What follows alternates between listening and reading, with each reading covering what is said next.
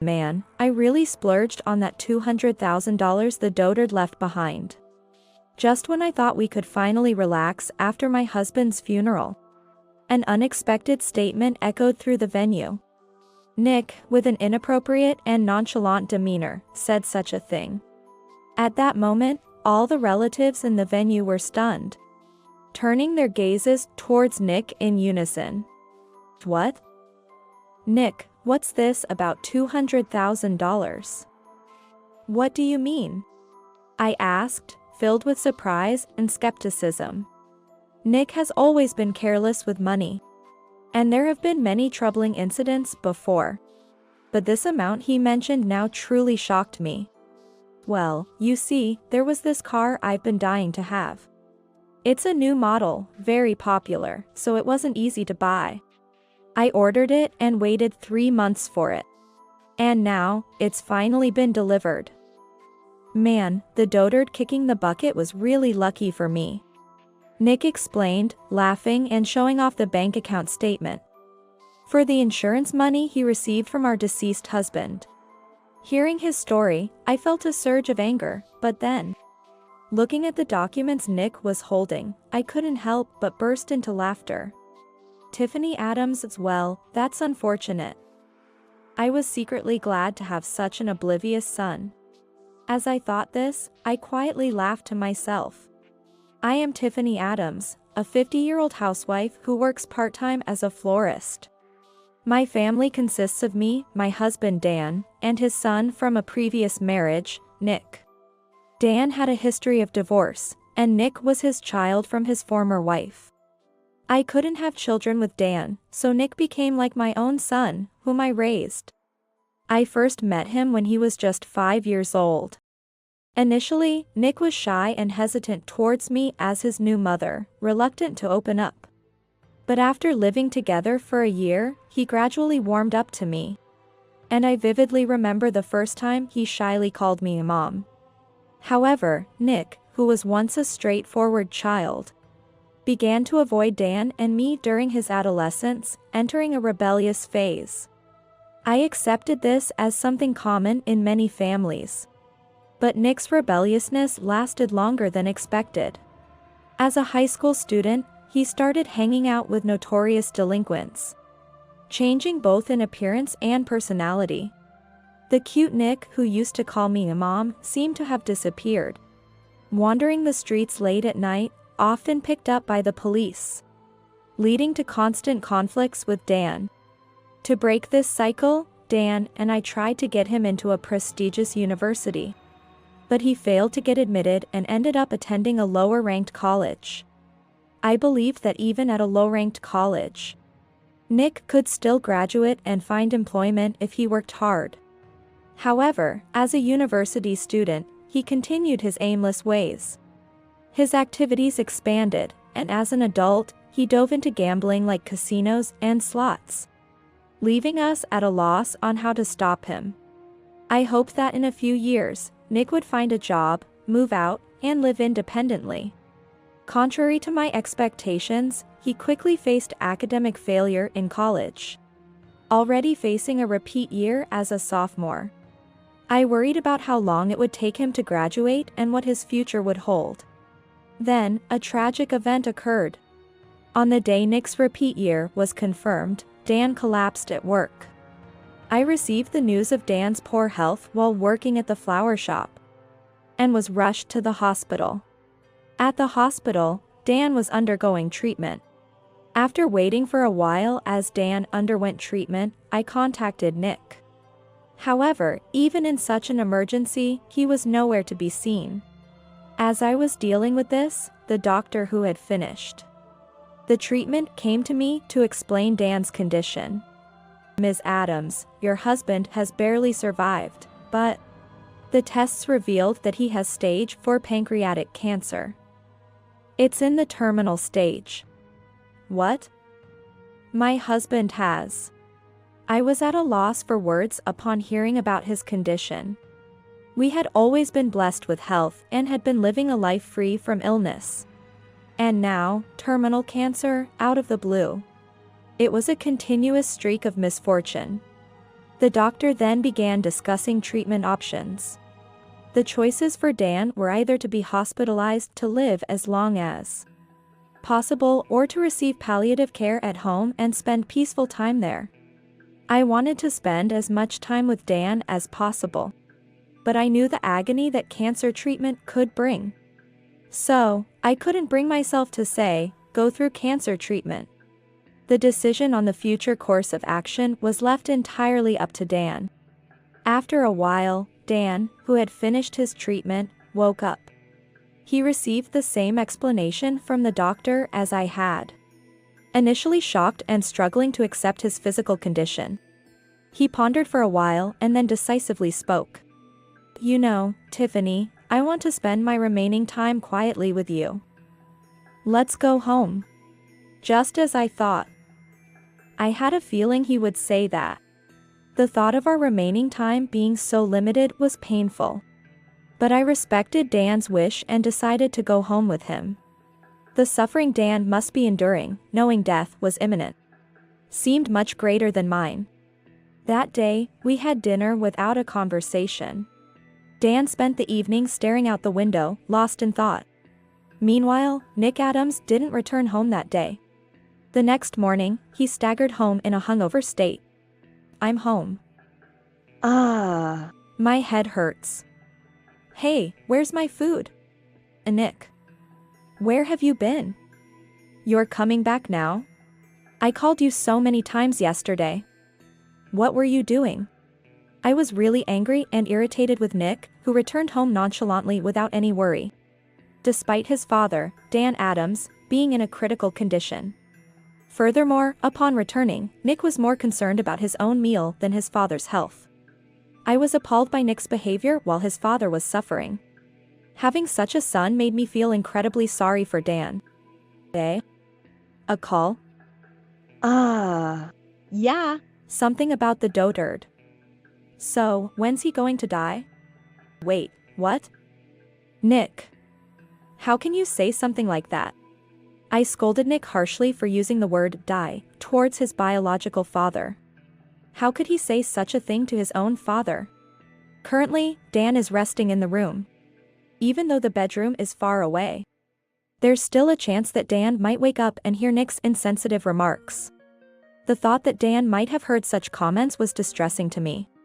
What's with that scary face? He got sick, so it can't be helped, right? Isn't it the dotard's fault for not noticing it until it got this bad? Listen, Nick. Pancreatic cancer is hard to detect until it progresses significantly. So, it's not your father's fault. Please be kinder to him. I won't forgive you if you say such things in front of your father. Okay. I'll be careful from now on. My serious talk and warning didn't seem to resonate with Nick at all. He just responded with casual replies and nods. His attitude made me feel sad, and I couldn't help but sigh. Why did he turn out like this? Dan is Nick's only parent. Dan wasn't overly strict with his biological son, Nick. So, I couldn't understand why Nick was so resentful towards his father, Dan. To Nick, I might be just as undesirable as Dan. Nick simply dislikes being reprimanded by adults. So, he probably finds the most joy and happiness in hanging out with delinquent groups. I'm worried and anxious about what will become of Nick, but for now, my top priority is to spend as much time as possible with Dan, whose time is limited. I decided not to let Nick's behavior affect me and to cherish each day with Dan, wanting to live without regrets. After convincing myself to address Nick's issues later, Dan and I made some adjustments to our lives.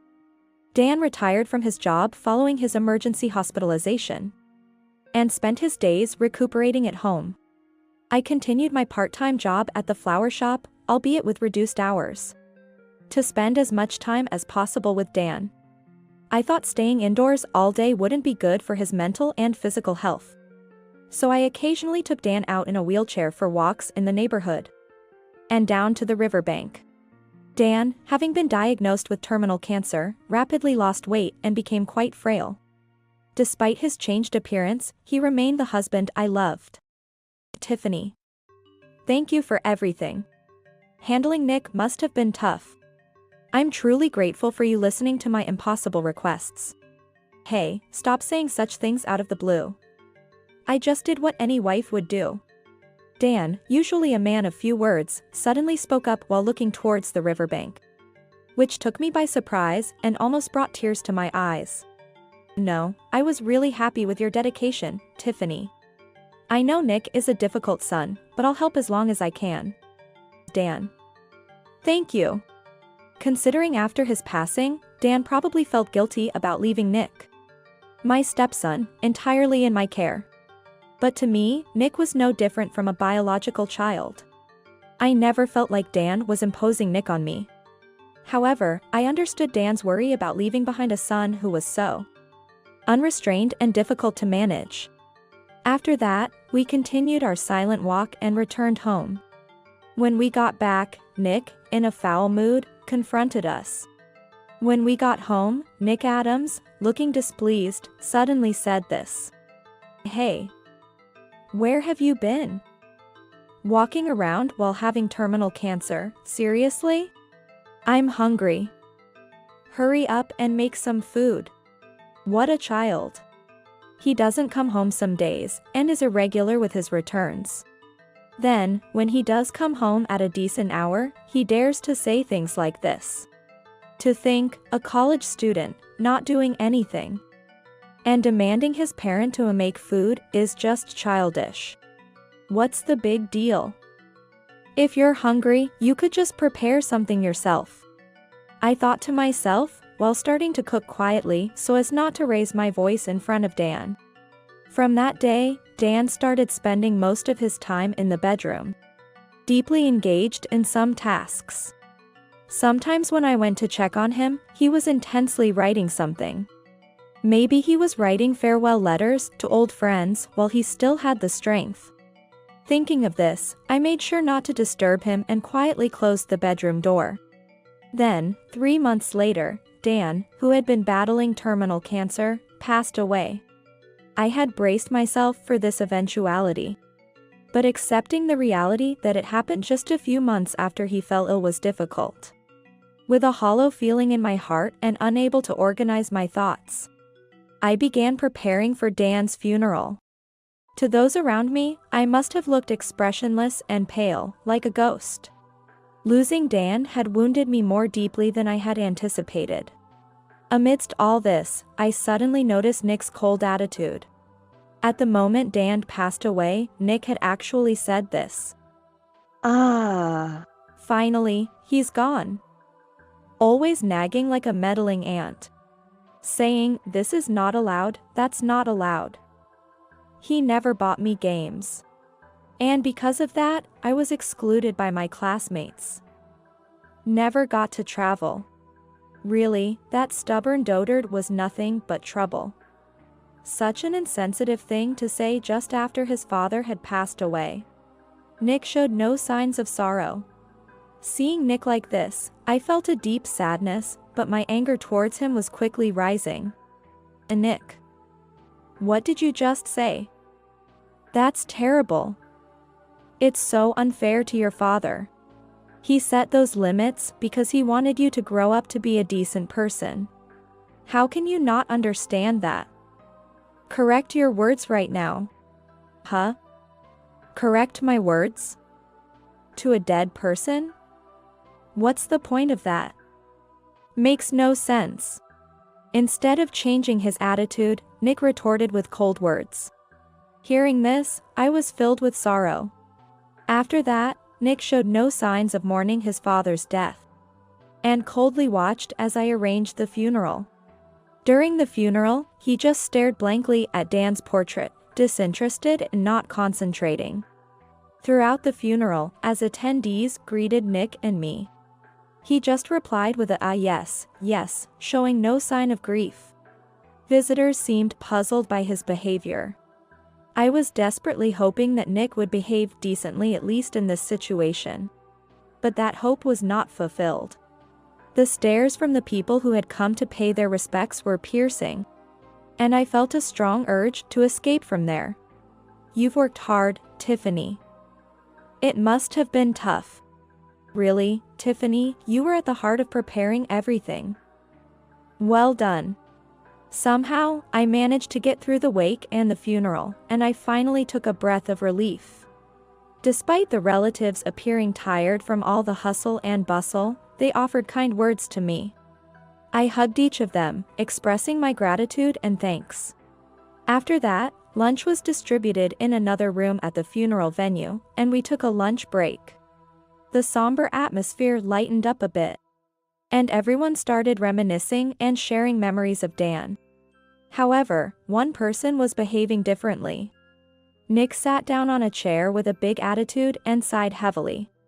His inappropriate demeanor caught everyone's attention. Nick, there are relatives here. Please behave a little more appropriately. Shut up. I'm tired from the funeral. Besides, now that the funeral is over and all the hassle is done, I'm in a good mood. Let me enjoy it a bit more. I was taken aback by Nick's out-of-place comments and couldn't comprehend his attitude. What? Nick, you're in a good mood. What do you mean?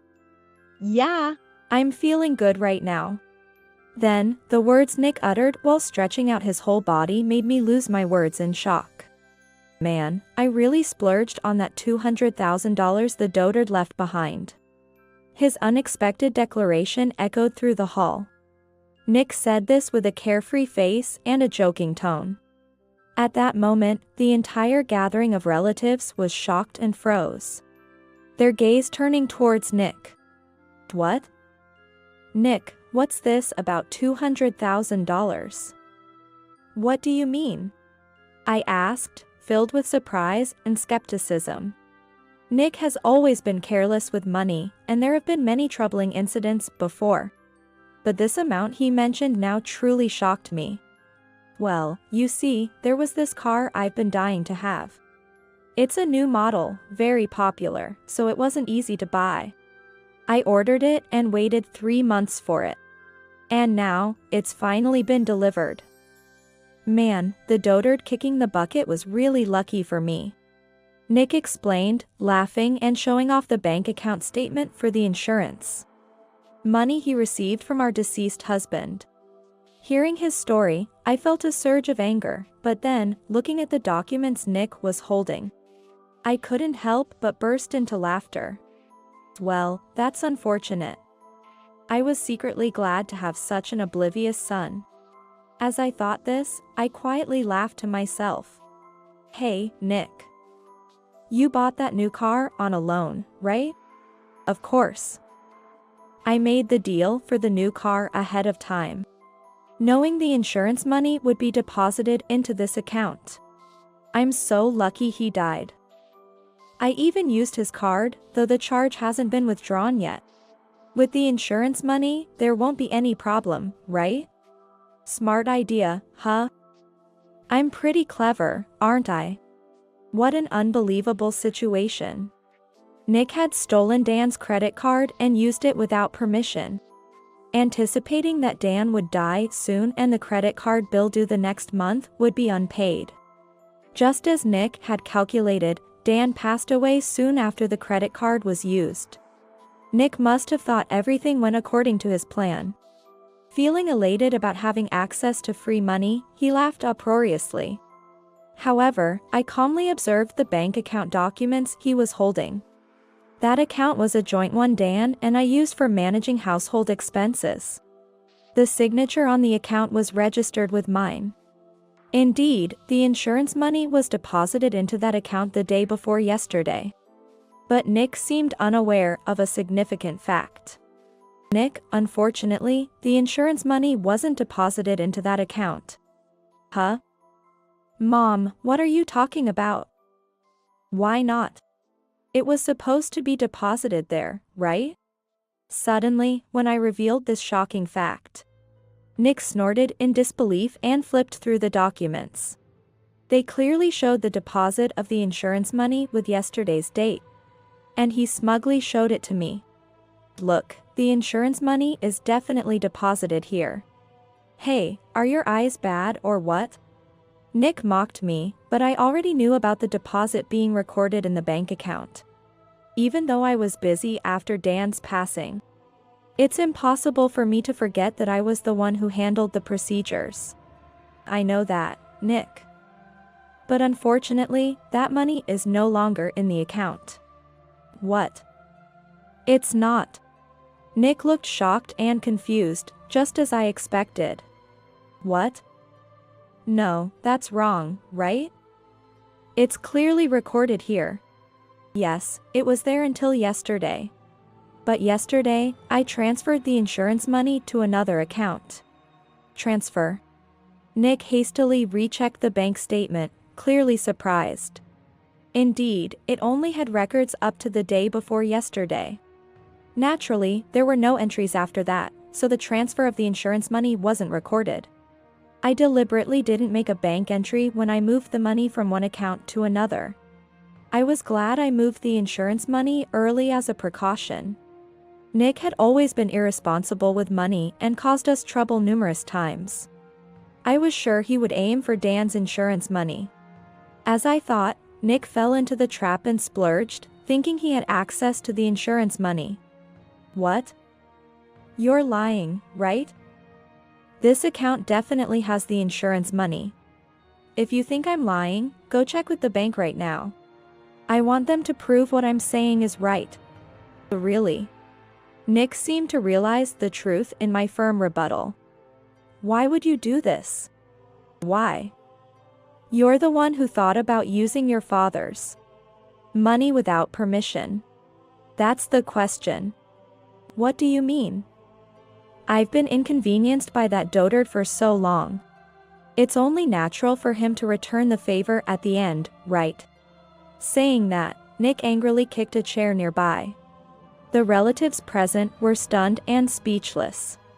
I sighed deeply, maintaining my composure as I faced Nick. It was time to teach Nick a lesson. He was the one who had truly inconvenienced me. Inconvenience? Who do you think has been inconvenienced? Do you know how much your father and I worried about you? We worked hard to earn the tuition for your university. And yet, you spent your time playing. Really, enough with the foolish son. Shut up. You did that on your own, didn't you? I don't care. Faced with a legitimate argument, Nick was furious, and I exploded with anger. The relatives present could do nothing but silently wait for our argument to settle. By the way, Nick, you used your father's credit card without permission. What? So what if I did? Well, you'll have to pay back what you used. What? Me pay? Didn't you know? In inheritance matters, the remaining balance on a deceased person's credit card is inherited by the heirs. There's a will here from your father. Depending on the will's content, normally, the money you spent yourself, you pay back, right? Nick's face paled as he heard this. He began to tremble, realizing the reality of his situation. Such basic knowledge eluded him, and he used his father's credit card. What a careless thought. Thinking of this, I planned to visit the probate court as soon as possible. The next day, I went to the court with the necessary documents to request verification of the will. It was honestly a challenge to gather all the necessary documents in one day. But I wanted to check the contents of the will as soon as possible. After a few days, we received the date for the probate of the will. And Nick and I headed to the probate court together. Nick was still reeling from the shock of having to pay, but he perked up thinking, that dotard must have had some decent assets, right? That should wipe out any debt. Indeed, upon checking the will, Dan's estate was extensive, including land, apartments, stocks, and more, amounting to a total of $8 million. Nick, aware of his father's wealth, had planned to inherit Dan's money. His laziness and desire to gain money without effort infuriated me. What the will contained was still unknown. But I wanted Nick to pay the price for the trouble he had caused over the years. Arriving at the court, The tension rose as the clerk opened the will. Only Nick and I were present. The room was filled with suspense. Article 1. I bequeath the following properties to my wife, Tiffany Adams. Dan's largest apartment, land, and various stocks were listed by the clerk. Although specific names and addresses were withheld from Nick, I had a rough idea of which assets were being referred to. The stocks were all from major companies, promising substantial profits. Most of Dan's estate was to be inherited by me, ensuring a comfortable income even after inheritance taxes. Article 2. I bequeath the following properties to my eldest son, Nick Adams. Upon hearing the word properties, Nick raised his hands and burst into joy. But I chuckled inwardly, waiting to hear the rest. Furthermore, Nick Adams is to inherit all financial debts. The clerk listed the debts one by one. Upon hearing this, Nick's jubilant behavior came to an abrupt halt. What? Debts? Why? I wasn't told about this. Well, your father had debts too. Plus, the credit card bills you racked up are substantial debts. Why do I have to inherit debts like this? Nick finally realized the gravity of his actions. He was about to protest to the clerk when I intervened. Nick, stop it. Be quiet. Quiet? Why do I have debts? But I'm inheriting property too, right? I can offset the debts then. Indeed, Dan's will also mentioned that Nick would inherit properties along with the debts. However, I had realized something about these assets. The properties to be inherited by Nick were, in fact, of little value. Old apartments and worthless rural lands wouldn't fetch much money. I remembered a walk Dan and I had enjoyed before his passing, where he said he would help as long as he could. Perhaps that was reflected in this will. Most of Dan's valuable assets were left to me, while Nick was left with nearly worthless properties and debts. To outsiders, this might seem cruel, but considering Nick's past actions, I felt it was a fair choice. Nick, unfortunately, the properties you're inheriting are almost worthless. It's unlikely that selling them will cover all your debts. What? No way. How am I supposed to pay off these debts? Nick, in a fit of rage, slammed the table and began to protest. I remained calm, asked the clerk to leave, and started talking to Nick. Nick, it's your responsibility, isn't it? You've been lazy, causing trouble, and you misused your father's money. Complaining now is too late.